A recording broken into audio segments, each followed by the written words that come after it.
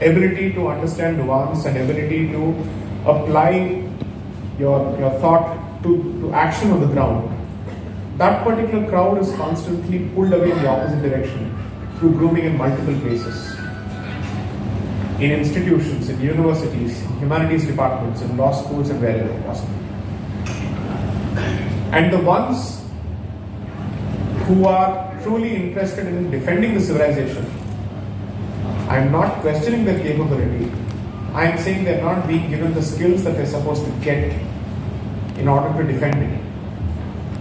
Because it's no more a fight between two people sharing two different worldviews altogether, coming from two different backgrounds.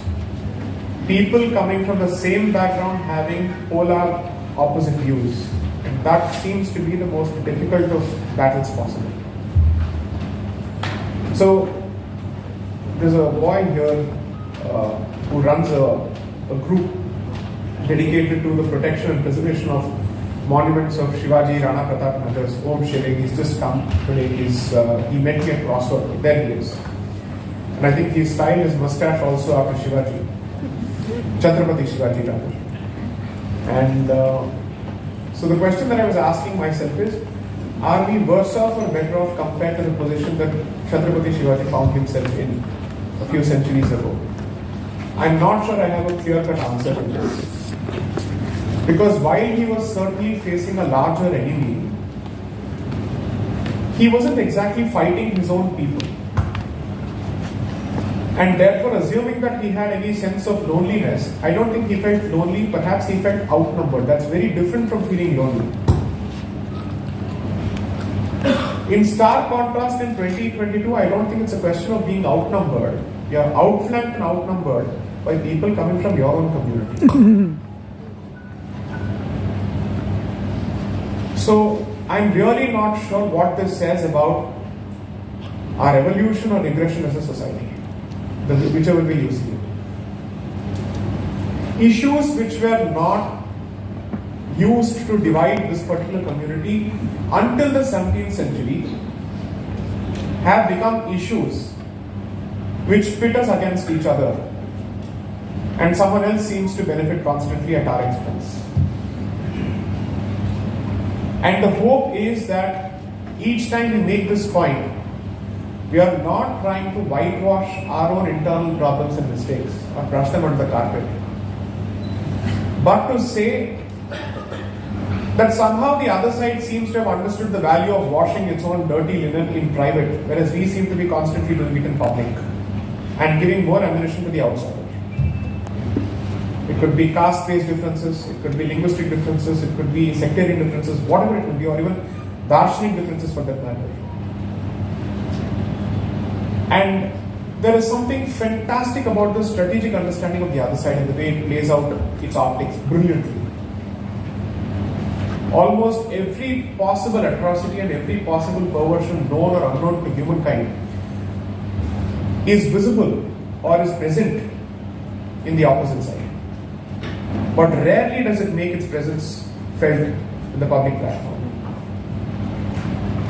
Whereas given our population, whatever exists, even that is magnified and projected onto the entire population. And the first people to do this with a sense of pervert self-loathing and pride seems to be our people. I think more than trying to, how do I put it? I'm no more interested in constantly pitting X versus Y. I want X to learn from Y as much as possible in consolidating its position.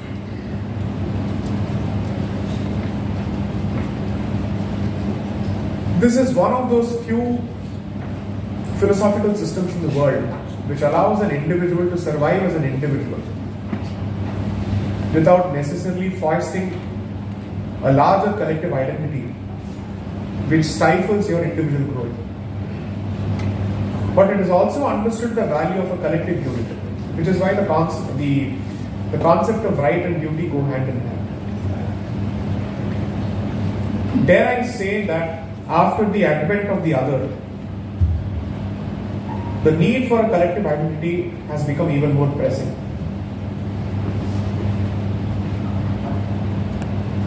And therefore, the struggle at this point is to ask the Hindu individual to rise above his individual identity and focus on his Hindu identity as much as possible. जब तक बला टल नहीं जाती है, तब तक आपको ये करना पड़ेगा. At least one generation has to go through this Vishpan movement. If it chooses not to do so, you don't have to wait for your lifetime to be over and for the next generation to inherit the legacy issues that we have been saddled with.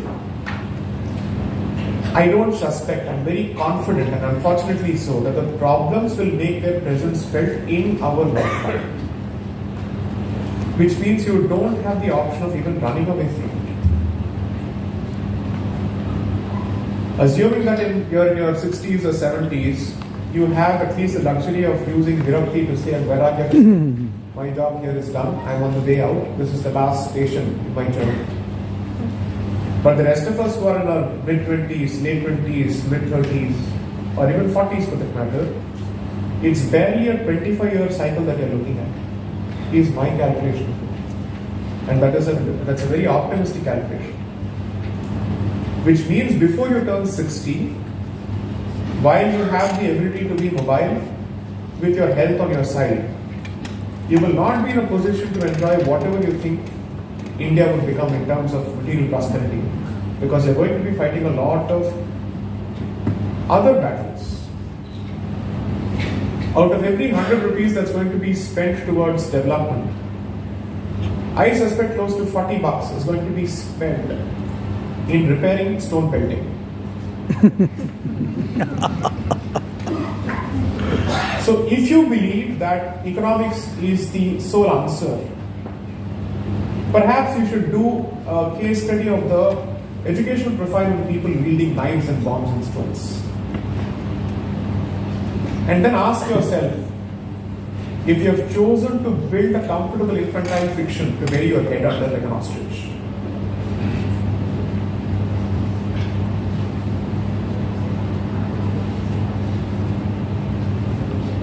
perhaps this is going to be a sexist statement, but I am anyway called a misogynist, so be it.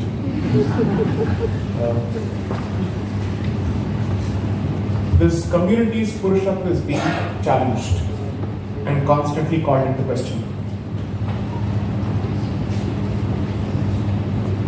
And every time a society loses its virility or its honorable masculinity as opposed to toxic masculinity, it is always going to find itself at the mercy of the savage hordes. Europe is going through that at this point. I hope Bharat does not consume the woke garbage coming from the United States lock, stock and barrel, because that will remove whatever remains of Bharatiya masculinity. And with that, your ability to stand up when the savage hordes stand at the gates will be completely finished. That is the purpose of the fifth columnist of woke garbage. To prevent the supply of human resources to all your security forces. If you constantly attack the basic function that is expected of a male,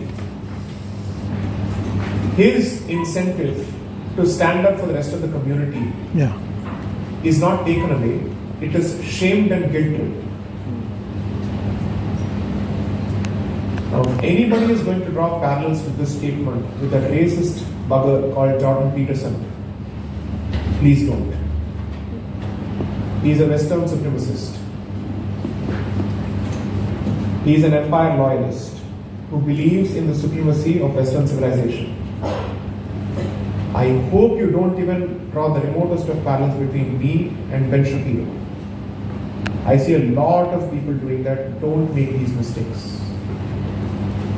They may have a common problem with the left, but you have a lot of common ground with the American left on several issues.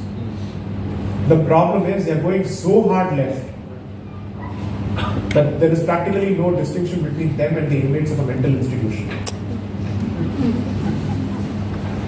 But on issues of coloniality, on issues of how a particular structure has been imposed on the rest of us, as a colonized society, or at least as a formally colonized society, there are certain aspects you'll end up agreeing with them with. So don't get caught in the American left versus right argument. You are not America. Your experience is not American. You don't need to suffer from the white guilt of Americans, nor do you need to see yourself as African Americans. Ours is a different experience on its own. Understand it on its own. When we lack originality and when we lack our understanding of our own history, we look for very comfortable parallels. Among the most favorite parallels is either the Jewish parallel, because we constantly look for similarities between Israel and India, without understanding what exactly is the deep problem there. Learn to forge strategic collaborations. There are no permanent friends and allies when it comes to protecting national interest and specifically civilizational interest. And when a society lacks the courage or the confidence to defend its own interest on its own merits, regardless of who is arrayed against it, it falls back on these weak tendencies. Oh, let me also look at Jews. Let me also look at these people. Why? Dimag nahi khudka. Was Shivaji looking at the Jews to protect himself? Was Rana Pratap looking at the Jews to protect himself? He was looking to his own ancestors. He was looking at his own pitris. So who are we constantly looking at? I don't understand. Why do we need to look west for these solutions? So perhaps the quest for decoloniality is to say, आपके जितने भी मसाइल हैं और जितने भी आपके problems हैं, उसके सॉल्यूशंस आप ही के हिस्ट्री में हैं और आप ही के संस्कृति में हैं. So perhaps the call is to treat the reading of history as an exercise in strategic understanding of the present and the future, not as an archival reading of something happened on one particular date. That's not the purpose of all of this. So the second book in that particular sense is an exercise in implementation of this very sage speak to say, I have connected the 100-year cycle of the 1920s to the 2020s. And I've asked myself, if the problems remain the same, can the solutions of the past be repeated? When those solutions have shown their utter failure thanks to the creation of Pakistan.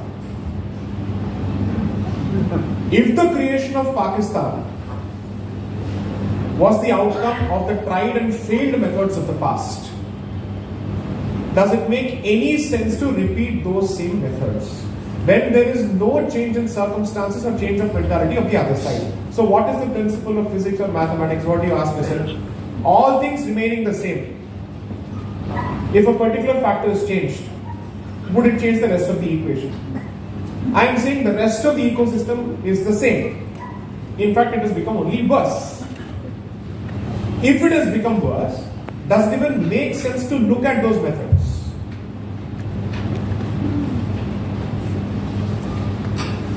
And therefore, I think we are being called upon to do two things at the same time.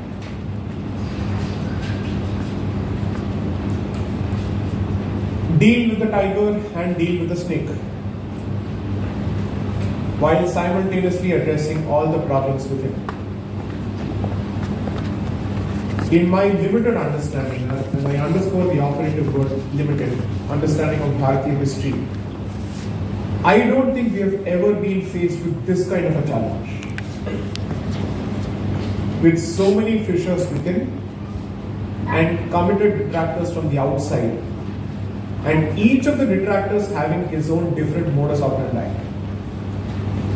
एक तलवार चलाता है और दूसरा बुद्धि चलाता है, और आपसे उम्मीद है कि आप तलवार भी चलाएंगे और बुद्धि का भी प्रयोग करेंगे।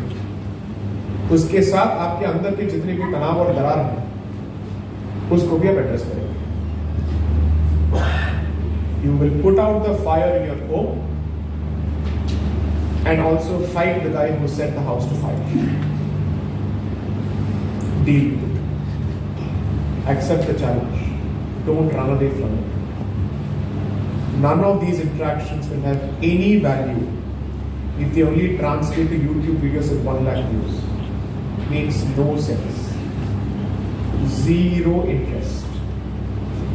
Has no value. Each of these interactions is meant to ask you to look at your own family units and see how many woke children they are producing. In what direction are they moving? Who are they interacting with? What kind of life choices do they make? I beseech parents to not take it as a badge of honor that they have zero control over the lives of their children. I don't think that's a great statement to make anymore. You need not be a dictator, you need not be a tyrant. But one of the biggest problems is when a parent becomes a friend. The child loses a parent to look up to go for guidance, and to also fear the consequences of a stupid move. It has its own value. All of these are connected because the breakdown of a family unit is the single biggest contributor to the generation of woke idiots. Apart from all the garbage that's coming from outside and in institutions. See what can be done at your ward level, at your taluk level, at your constituency levels, in your own state.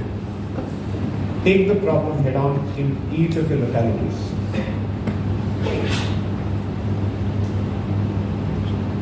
We have managed to create gated communities, but I don't think we talk to each other anymore much.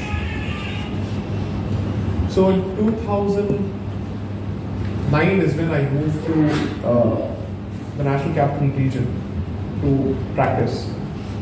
I was living in a particular gated community in Noida. Turns out that 2 houses away for an entire week, a young girl had committed suicide and she had been hanging from the ceiling for a week with nobody knowing that this had happened. Because the parents were in Gulf. They had done their duty by ensuring that she was getting her remittances in dinar and dirham. And the girl had absolutely no support system there except for the fact that she had all the money that she needed without any kind of accountability whatsoever. If the example is problematic because it's a girl and because it sounds sexist, replace it with any gender out of the 122 genders the woke people have invented. Please go ahead and do it. The idea is not to focus on the gender of the person, but on the fact that neither did the family bother, nor did the locality around. This is the textbook consequence of the hyper-individualism that we have invented or imported from the outside. There are a lot of good things which are worth learning from the West. Let me also admit that. But somehow we have mastered the art of learning the worst from their societies. After all, our belief is every society has something of value to contribute to the pool of global thought and human thought. So I am not someone who says everything from the West is bad. Sorry, I'm not going to make that statement ever. My call is for originality, not xenophobia. There's a clear difference between the two. So, please look at the micro because it is the aggregation and the accumulation of the micro is what becomes the macro. At least that's been the traditional Hindu philosophy. That if the family unit is broken, don't expect the state to be perfect. The reflection of the broken family system will have its direct implications for the way the society and the state operates. Do consider these hard, harsh, uncomfortable realities. I will never blame social media. I will never blame any of these aspects. Because every idea, every technology, every platform is capable of dual use, good and bad.